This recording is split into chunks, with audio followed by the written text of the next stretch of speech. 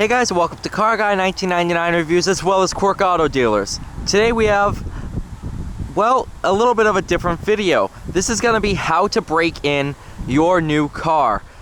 Just let's say we're getting towards the end of the year. A lot more people are pulling the trigger on newer vehicles, especially with the incoming 2021 models. So today I took out our 2020 Buick Enclave Avenir to kind of go through some tips and tricks for breaking in your new vehicle. And it also is a little bit of an insight of to why I drive the vehicles the way I do in my videos when they are brand new.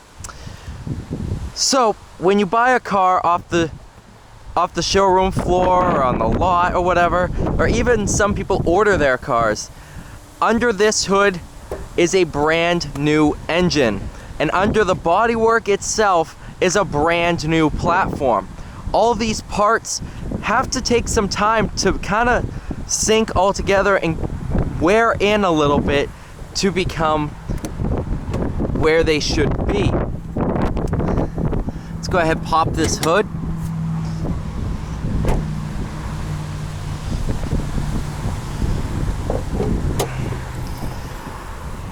So this is the 3.6 V6, but this goes for every single motor in any car. Of course, your owner's manual is going to have, the exact tips and tricks for your car. This is more of my spin on things. This is what I have been doing to break in my vehicles. If you think about it, this engine, when it comes off the truck, might have maybe 5-10 minutes of runtime. That's about it. So while the machining and everything is much more precise than it was back in the 50s and 60s, where break-in period, there was a lot of metal in the oil and all that stuff, there's still little fine shavings that may occur. That's why some people decide to change their oil after 1,000 miles or once break-in's complete. I just tend to take that first oil change and maybe subtract 500 to 1,000 miles just in case. Another big thing you want to keep an eye on is your oil level. So you want to check your dipstick, stuff like that, because it may burn a little bit of oil at first until the piston rings fully seat in. So you kind of want to keep an eye on the oil level, just to make sure that you're not messing up that brand new motor. Another big thing that I really kind of don't like doing is letting these cars idle. So for example, if it's a cold day, I wouldn't sit there and remote start a brand new engine and let it run for 15 minutes. I'll get more into why that is once we go ahead and sit inside. So you can see this one has 70 miles on it. I've done a full in-depth review on this one. The most important mileage for a brand new car is going to be your first 100 miles. That is absolutely crucial. Some cars come pre-broken in. This is something that you want to check your owner's manual for. And you want to kind of talk to your dealer too. And they will tell you the recommended policy. Some high performance cars like the Acura NSX, they run their engines on a dyno before they come in the car, so they are perfectly pre-broken in. You can pick it up and go to the track. That's not the case with most cars. I would say 99% of the cars aren't that way. So really the biggest thing is not letting the engine sit at one speed while also allowing time to warm up in the morning. So this car is already pre-warmed up, so I don't have to, if it's cold out, I would let it sit for about a minute. So start it up, make sure the radio doesn't come on, like that. Now put your seatbelt on, adjust anything, turn down the radio, change the station. When it's warmed up like this, I would give it about 30 seconds and then go ahead, put it in drive and drive off. That gives the oil time to reach all the critical components in the engine And that's especially crucial for a brand new motor, because if it were to get messed up, it's messed up for life until you replace the motor. You know, if you were to sit there, turn it on ice cold, and then floor it out of your driveway, you're gonna do a lot of engine wear really quick, and you're gonna be taking thousands, if not tens of thousands of miles off of your engine life just by not letting the car warm up a little bit and then taking it easy until everything gets up to operating temperature. Speaking of operating temperature, you don't want to go really by your coolant temperature. It normally takes about 10 to 15 minutes for the car to be fully up to temperature. So for those first 10-15 minutes, really kind of take it easy. Don't really push on the car. And this goes for any car. Pre-broken in, broken in already, used. That goes for any car. Another big thing you want to avoid when breaking in a car is letting it idle anywhere or sit at one engine speed for a certain amount of time. You don't want it to wear in and get used to that speed. So you want to continuously be changing RPM, changing throttle. You know, when you don't want to go on a road trip and then just set cruise control for 3 hours. I really don't like to use cruise control. Kind of vary it up 5 to 10 miles an hour. Go up in speed, go down in speed. You know, and don't let it sit at 1 RPM for more than like 5 or 10 minutes.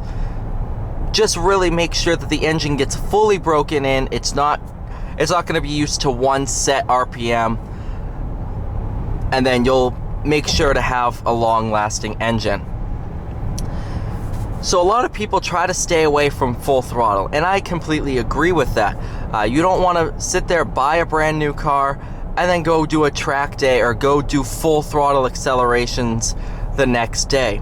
However, where I kind of differ from where the owner's manual states and what a lot of people do, I kind of like to drive the way I would drive. So you want to have one full throttle acceleration here or there and kind of really allow the engine to experience all different RPMs and really make sure that it's fully broken in. Some people believe in just going all out, all at once to really seat the piston rings and stuff like that. But I don't really believe in that. That's going to probably lead to more issues than not. So that's why you'll see me in my videos with brand new cars. I'll do 1, maybe 2 pulls, but I won't really push it. You kind of don't want to have it sit at redline for very, very long, but you can bring it up once in a while. What else is there? Aha! So, break-in is not just about your engine. All of the components in your car are new. Your suspension components, your brakes, everything like that is brand new. Right now, I'm driving how you should be driving. Nice and smooth, not riding the brakes, while not braking as hard as you can. Really, you just want to be cautious. The break-in period is for the car to learn itself as well as you to learn the car. That's why most manufacturers will enlist a break-in period, because they don't really, especially in performance cars like your Camaros, Challengers, and stuff like that, it really does take 100, 500, even 1,000 miles to fully learn your car and really know what it's going to do and get used to that feeling. So the break-in period is also for you. So you don't want to be weaving in and out of traffic, doing crazy stunts or anything like that. You just kind of want to be driving like your parents are in the car, behaving, letting the car get used to itself. Last but not least, something I strongly believe in, unless you're going to be beating the car, drive how you would drive. It doesn't make sense for the first 500 to 1,000 miles to drive like a grandma and then be aggressive with the car. It's going to be broken in the way it was used to you driving, which is like a grandma. And then once you start pushing it, like if you just flip a light switch and start really getting aggressive, it's going to break. Like 9 times out of 10, it's gonna break something. Just because the car is not used to being treated like that, everything's kind of broken in being a smooth driver. So what I like to do is I kind of build up pace as the car breaks in. First 100 miles, I'm extremely careful with everything, treating it very well, while also, learning the car, getting used to all the mechanisms and stuff like that. Once it hits 100 miles, from 100 to 200 miles, I'll start to give it a little bit more throttle. I'll kind of build up pace, and then as you go more and more, it just keeps building until you're done that break-in. That way, you got to think of the car like you running a marathon. You're not going to go from not ever running before to running 25 miles. You're going to run 2 miles and then back, 5 miles, then back, 10 miles, and you're going to work your way up to 25 miles. You're not just going to go running 25 miles and then expect to be perfectly fine. You're going to be winded. It's going to take a lot out of you. Same is true for a car. You can't expect it to go run a marathon, come back and be perfectly fine. You got to get it used to that. Really, a lot of people might not believe in the break-in period. I'm somewhere in the middle, where I do believe that it's not 100% necessary, but it is something you should absolutely do with your new car, especially if you want a long-lasting engine. And it's something that I try to respect as much as I can in my videos while showcasing the vehicle. Sure, I will do 1 or 2 accelerations, but I'm not going to sit there and redline it for the video. I'm not going to sit there at redline. I'm not going to do launch control, anything like that that can kind of stress out the car. I'm not going to do that. It's going to be nice and easy, getting used to the car, and basically how I was just driving, that's kind of what you want to do. You want to be nice and smooth with your throttle, nice and smooth with the brakes, and just really allowing the car to get used to itself and fully break in. Well, I hope this was a very informational video. I hope you guys enjoy. It was a fun video to make, and I hope it provides some insight into what you should do when you buy yourself a new car. You just spent a lot of money, so I'm trying to save you guys some money by not allowing you to break the car as soon as you get it. So thank you guys so much for watching. Please like, share, and subscribe. Please comment below if you want any more tips or tricks videos like this, where I kind of go into depth about what you should be doing. And yeah, thank you guys so much for watching, and I'll see you all in the next one.